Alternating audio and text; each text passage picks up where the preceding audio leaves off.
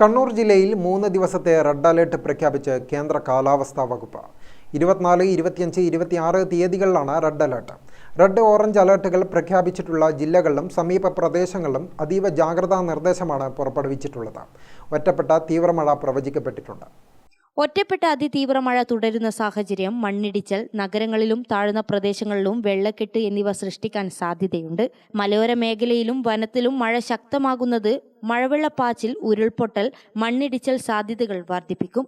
അതുകൊണ്ട് നിർബന്ധമായും അപകട സാധ്യതയുള്ള സ്ഥലങ്ങളിൽ താമസിക്കുന്നവരെ മുൻകൂട്ടി മാറ്റി താമസിപ്പിക്കേണ്ടതാണെന്ന് ജാഗ്രതാ നിർദ്ദേശത്തിൽ പറയുന്നു. നഗരങ്ങളിലും താഴ്ന്ന പ്രദേശങ്ങളിലും വെള്ളക്കെട്ട് രൂപപ്പെടാൻ സാധ്യതയുണ്ടെന്നും അറിയിപ്പിൽ പറയുന്നു. അവ യുദ്ധകാലാടിസ്ഥാനത്തിൽ പരിഹരിക്കുന്നതിനായി ആക്ഷൻ പ്ലാനുകൾ തയ്യാറാക്കി നടപ്പിലാക്കണം. ദേശീയപാത, സംസ്ഥാന പാത, മറ്റ് റോഡ് നിർമ്മാണ പ്രവർത്തനങ്ങൾ നടക്കുന്ന സ്ഥലങ്ങളിൽ വെള്ളക്കെട്ടുകൾ ഒഴിവാക്കാൻ ആവശ്യമായ നടപടി സ്വീകരിക്കാൻ ബന്ധപ്പെട്ട വകുപ്പുകൾക്ക് നിർദ്ദേശം നൽകേണ്ടതാണ്. പ്രവൃത്തി നടന്നുകൊണ്ടിരിക്കുന്ന സ്ഥലങ്ങളിൽ അപകട മുന്നറിയിപ്പ് ബോർഡുകൾ സ്ഥാപിച്ചിട്ടുണ്ടെന്ന് ജില്ലാ ദുരന്ത നിവാരണ അതോറിറ്റി ഉറപ്പാക്കണം. മഴ ലഭിച്ച പ്രദേശങ്ങളിൽ പകൽ സമയത്ത് തന്നെ ആളുകളെ മാറ്റി താമസിപ്പിക്കണം. ക്യാമ്പുകളിൽ നിന്ന് അപകട സാധ്യതയുള്ള സ്ഥലങ്ങളിലേക്ക് രാത്രി പോകാൻ ആരെയും അനുവദിക്കാൻ പാടില്ല.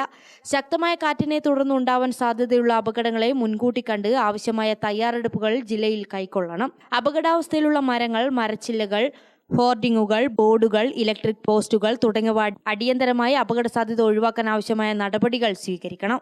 വൈദ്യുത പോസ്റ്റുകളുടെ സുരക്ഷാ പരിശോധനകൾ നടത്താൻ KSEBിക്ക് നിർദ്ദേശം നൽകണം. 27 മണിക്കൂറും KSEB കൺട്രോൾ റൂമുകൾ പ്രവർത്തിക്കേണ്ടതും അപകട സാധ്യതകൾ മുൻകൂട്ടി കണ്ട് പ്രവർത്തിപ്പിക്കേണ്ടതുമാണ്. അതിശക്തമായ മഴ മണ്ണിടിച്ചിലും മഴവെള്ളപ്പാച്ചലിനും കാരണമാകും. അതുകൊണ്ട് മലയോരങ്ങളിലെ ജലാശയങ്ങളിൽ ഇറങ്ങുന്നതിന് വിലക്ക് ഏർപ്പെടുത്താവുന്നതാണ്. രാത്രിയിലും മഴ തുടരുന്ന സാഹചര്യത്തിൽ മണ്ണിടിച്ചിൽ സാധ്യതയുള്ള റോഡുകൾ വഴിയുള്ള ഗതാഗതത്തിനും നിയന്ത്രണം ഏർപ്പെടുത്താവുന്നതാണ്.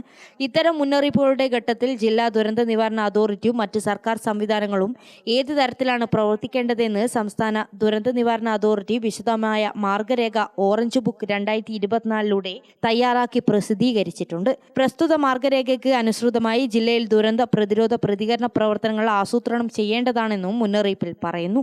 News desk Gramika news.